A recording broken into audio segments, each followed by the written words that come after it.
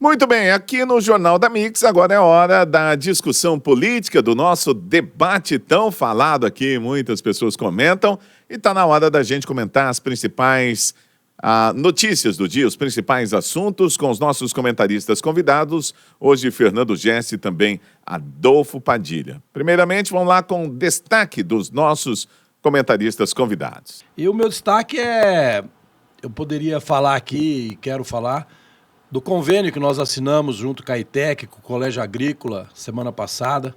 Entre tantas coisas legais, o mais legal é que vai poder possibilitar aí o retorno de um curso de zootecnia gratuitamente, usando as nossas estruturas da Cidade da Criança lá, e também um curso de preservação de matas, que só existe em um lugar aqui no estado de São Paulo. Então são projetos que, em parceria, que funcionam e dão resultado para a nossa sociedade, onde eu aproveito aqui para parabenizar o prefeito Ed Thomas, que apoiou e aprova totalmente esse tipo de iniciativa. Bom dia, Eudes, bom dia, Padilha, uma grande semana a todos que nos acompanham aqui pela Mix FM. O meu destaque de hoje vai para os desdobramentos a respeito aí da deliberação do André Mendonça com relação à colocação de sigilo de 100 anos ali para as questões envolvendo os pastores no Ministério da Educação. O Tribunal de Contas também apontou aí um superfaturamento na compra de material didático, tem que ser apurado, vamos ver aonde que isso aí chegará. E Eudes, lembrando aqui também, a festa lá da Walter Figueiredo, da festa junina, para quem aí está querendo um arraiados bom, é dia 10 e 11, viu? Um grande abraço aí para a irmã Penha. E olha, o Partido Novo protocolou na semana passada no Tribunal Superior Eleitoral a renúncia total ao fundo eleitoral de 2022. A sigla teve acesso a um valor de 87,7 milhões de reais. O presidente do Partido Novo, Eduardo Ribeiro, entregou um ofício à secretária-geral da presidência do TSE, formalizando a devolução. Deputados do partido e o pré-candidato da sigla à presidência da República, Luiz Felipe Dávila, acompanharam Ribeiro no ato. Muito bem, vamos lá com os nossos comentaristas. Eu acho que impacto nenhum, eu acho que o exemplo é legal, né? Não vou nem entrar aqui, o Partido Novo tem poucas possibilidades de eleger o presidente dele como governador dele, mas o exemplo é legal, aquilo que a gente foi às ruas, né? Quando a gente foi contra o fundão eleitoral. Então o exemplo do partido é interessante, eu acho que não se pode ser desmerecido. As pessoas podem dizer, é jogada política porque não tem chance nenhuma, é jogada de marketing, tá? Não importa que é jogada, o que importa é que não vão usar o dinheiro, o que importa é que não vão gastar o dinheiro, o que importa é que estão fazendo que todos nós queríamos e queremos um Brasil diferente, é isso que a gente espera dos nossos políticos. Atitude, não discurso. E aqui é uma atitude que renuncia a 87 milhões de direito legal, que eles não vão aplicar nas eleições, e não deixa de ser um bom exemplo. O Novo sempre teve essa prática, né? Ele não utiliza fundo eleitoral, é uma coisa que eu acho que aqui é unânime que nós defendemos, porque realmente, gente, é uma coisa complicada. Hoje nós usaremos 5 bilhões, né? Quase 5 bilhões de reais na campanha desse ano, e é um dinheiro que poderia ser muito bem aplicado em outras coisas, né? Segurança, saúde, a educação. E o grande problema disso tudo é que grande parte desse dinheiro ele não chega de uma maneira equídea, vamos dizer assim, para todas as pessoas que disputarão as eleições. Ele alimenta e abastece os caciques dos partidos. Sempre foi assim e dificilmente mudará, né? A não ser que nós tenhamos aí uma mudança política muito grande. E nós estávamos aqui discutindo antes, eu, Adolfo e o Eudes, isso gera um problemão, viu? Porque todo esse dinheiro, que não é uma coisa de agora, eles sempre renunciaram à utilização do fundo partidário, e esse dinheiro ele é colocado num fundo e não tem regulamentação legal para o que fazer com ele depois. Então é um problema aí que realmente... Mas a atitude do Novo, eles estão cumprindo aquilo que eles pregam, e isso é muito importante. E a análise do Ministério da Economia diz que o Brasil cresceu mais do que o esperado nos 3 primeiros meses deste ano e indica uma projeção altista para o resto do ano. Os dados estão num relatório divulgado recentemente pelo Ministério da Economia. O produto interno bruto do país subiu 1% no primeiro trimestre, na comparação com o quarto trimestre. Vamos lá, analisando a informação, os nossos comentaristas Adolfo Padilha e Fernando Gessi. Notícia importantíssima, não tem dúvida alguma, né?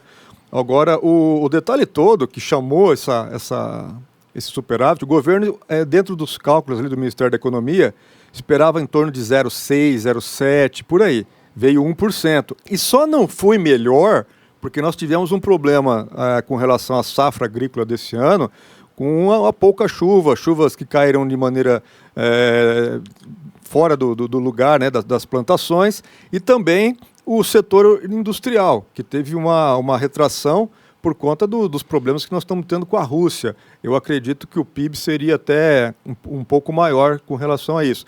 A única coisa que me chama a atenção é que essa retomada se deu justamente pela prestação de serviço. Ou seja, as pessoas que estavam ali não tendo acesso a cabeleireiro, a restaurantes, que são setores que foram muito abalados durante a crise, começaram a dar uma retomada. Então, é um percentual muito importante em comparação com o do ano passado, e o PIB mundial também. Agora, o único detalhe aí que é importante também aqui ser lembrado é que o Brasil deveria hoje ser uma das 5, 6 potências mundiais há muito tempo. Porque comparar nós com 200 milhões de habitantes, com Coreia do Sul e Austrália, com a quantidade de gente que tem lá, isso demanda o tamanho do desafio que nós teremos nos próximos anos para colocar o Brasil onde o lugar que ele realmente merece. Mas essa é uma notícia muito boa, sim, Eudes. Para os opositores do governo é um tapa na cara, né? Porque eles torcem para o quanto pior, melhor. Então é uma recuperação que, entre outras coisas, demonstra o quê? Como disse o Jesse, a retomada das prestações de serviço, que está entre aí o que impulsionou essa taxa que hoje se apresenta, é a retomada pós-pandemia, né? O custo do Fica em Casa, e eu não vou deixar de falar isso aqui, a irresponsabilidade do Fica em Casa, a loucura do Fica em Casa e a economia a gente vê depois, que causou o buraco que vem causando, que a gente está se recuperando, né? E assim, lockdowns que até hoje se provam que não serviu de nada, não virou nada, não era para nada, a não ser para criar uma crise econômica nunca vista ou talvez há muito tempo não vista na humanidade. Então são dois motivos: a recuperação pós-pandemia, né? A estrutura de confiança que o governo se apresenta, porque não adianta falar, claro que os nossos empresários, microempreendedores, empresários, os industriais, todo mundo se balança para aguentar a estrutura tributária do Brasil, a dificuldade que mas se não tem um governo que se baseia em ser transparente nas suas atitudes econômicas, como está sendo o governo do presidente Bolsonaro, não conseguiria chegar num índice desse. Eu gostaria e ficaria imaginando aqui, você que está me ouvindo, fazer um exercício de imaginação. Imagine durante uma pandemia se nós tivéssemos um governo que nós tínhamos antes do presidente Bolsonaro. Imagine o que seria nessa pandemia com uma corte que resolveu tomar para si o comando desse país por simples oposição ao presidente, ao executivo, se tivesse um presidente que teria a simpatia dessa corte e da maioria dos governadores. Hoje nós poderíamos estar numa situação muito pior do que se encontra o Brasil. Vou fazer um complemento, Eudes. Ontem eu acompanhei no Roda Viva um dos economistas muito importantes aqui no nosso país. Ele é apolítico, tá? Não tem nenhuma questão ligada à política. Ele só fez uma recomendação. Essa retomada ela precisa vir de todos os setores da economia brasileira. Por quê? Se ela ficar baseada só no serviço, nós temos um problema de teto. Isso por conta dos preços dos combustíveis, por conta da inflação. Então, essa retomada, se ela vier só pelo terceiro setor, né, pelo segundo setor, que é a parte de prestação de serviço, e não vier acompanhado da indústria e também da agricultura, nós teremos aí alguns desafios a serem até o final do ano aí. Mas o conjunto todo é muito importante, sim. Já representa uma retomada, né? E a boa notícia é que, por exemplo, na agricultura, os 26 ou 28 navios que chegaram da Rússia, graças à negociação antecipada do presidente Bolsonaro, garantiram já todo produto da próxima safra que a gente precisa para a próxima safra 2023. Vamos pedir para São Pedro ajudar agora, né? Isso você não vai ver na Globo. Você vai ouvir só aqui na Mix. E só o Padilha também falando. Não. Acho que todo mundo, quando tem notícia boa, fala bem. Então podemos esquecer aqui, né, Eudes? Eu fui uma das pessoas que pediu, porque realmente tem coisa boa no governo sim, ao contrário de outras pessoas também que só fazem falar mal. Acho que o propósito nosso aqui não é esse. E olha só, vamos falar da volta do uso de máscaras na região de Presidente Prudente, a alta da Covid-19, a alta de internações. Enfim, diante disso, o poder público está tomando algumas posições. Na cidade de Presidente Prudente, agora passa a ser recomendado o uso de máscaras em locais fechados. Mas já na cidade de Santo Anastácio, nos locais fechados, passou a ser obrigatório conforme decreto municipal. Vamos lá, com o Fernando Jesse, Adolfo Padilha. Como é que fica essa situação aí? Vai voltar? Aprendemos alguma coisa com a pandemia? Com essa atitude de Santo Anastácio, parece que pelo menos lá não aprenderam nada, né? Obrigar o uso de máscara. Eu acho que é assim, ó, continuo defendendo a minha tese, que não é minha. São de pessoas reconhecidas, e cito o nome aqui, porque é um cara que eu ouço muito, que é o Dr. Zeballos. E aconselho todo mundo a ouvir o Dr. Zeballos. Essa obrigatoriedade, se virar mania, acabou, né? Esse é o nosso grande problema. Ficou fácil nos obrigar a fazer qualquer coisa. Ficou fácil nos obrigar a sair de casa, não sair de casa. Ficou fácil agora nos obrigar a ter que usar máscara, não usar máscara. O uso, ele tem que ser espontâneo. Eu não posso criticar quem quer usar máscara, mas eu ser obrigado a usar uma máscara que não se prova cientificamente nada e que já dizem aí que o vírus é uma mutação consequente de que ia acontecer. E daí? E os médicos que falam que o que eu, por exemplo, tive todos os sintomas de Covid há 3 semanas atrás, fiz o teste por precaução, tem que ser feito, e não deu nada. E eram todos os sintomas. E pessoas que estavam comigo, que teve os mesmos sintomas que eu, teve positivo. E daí? Nós temos que conviver com isso. É que foi posto tanta assombração, tanto medo na população, e aí que está o perigo que todo mundo tem que acordar. Esse domínio dentro da cabeça da gente, de se isolar, de usar máscara, de achar que o vírus vai te pegar em qualquer lugar. Não, isso está errado. A gente tem que ter liberdade. Ah, é uma questão social, é uma questão social. E a liberdade é a base até para a questão social, no meu ponto de vista. E repito aqui, procure ouvir quem mexe, quem trabalha com isso. E nós temos uma referência que é a referência mundial no Brasil. Entre outras, só cito o nome do Dr. Zeballos. Acompanhe esse cara no Instagram, você que está me ouvindo, acompanhe esse cara nas redes sociais.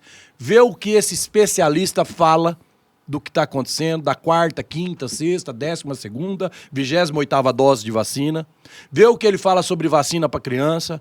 Ouça o que esse cara está falando, porque ele não fala sozinho. Olha, essa semana eu acompanhei uma entrevista do presidente da Associação de Infectologia do Brasil e também da associação, uma outra pessoa estava junto no debate, ele é da Associação de imunização, parece que é o pessoal ligado ali às questões de vacinas do Brasil, né? Não me recordo direitinho o nome das duas pessoas. E eles disseram a respeito disso.